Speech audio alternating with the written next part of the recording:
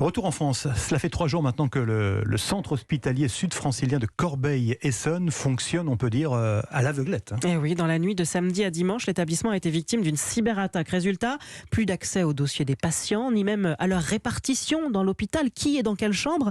Les hackers menacent de divulguer les informations privées du personnel et des patients. Ils réclament une rançon de 10 millions de dollars. La question qui se pose dans ce genre de cas, William Molinier, c'est toujours la même. Faut-il payer ? Les consignes des autorités sont claires. Ne surtout pas payer la rançon en cas de cyberattaque. D'abord pour ne pas alimenter en fond les hackers, mais aussi parce que rien ne garantit un retour des données, comme l'explique Benoît Grunenwald, expert en cybersécurité chez EZ France. Payer la rançon n'est pas une solution. Bien souvent, même quand on paye, on ne retrouve pas pour autant l'intégralité de son système d'information opérationnel.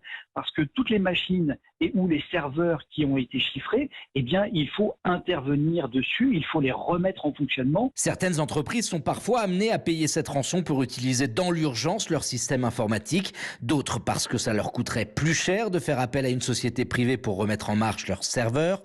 Quoi qu'il en soit, cet argent versé n'est pas remboursé par les assurances.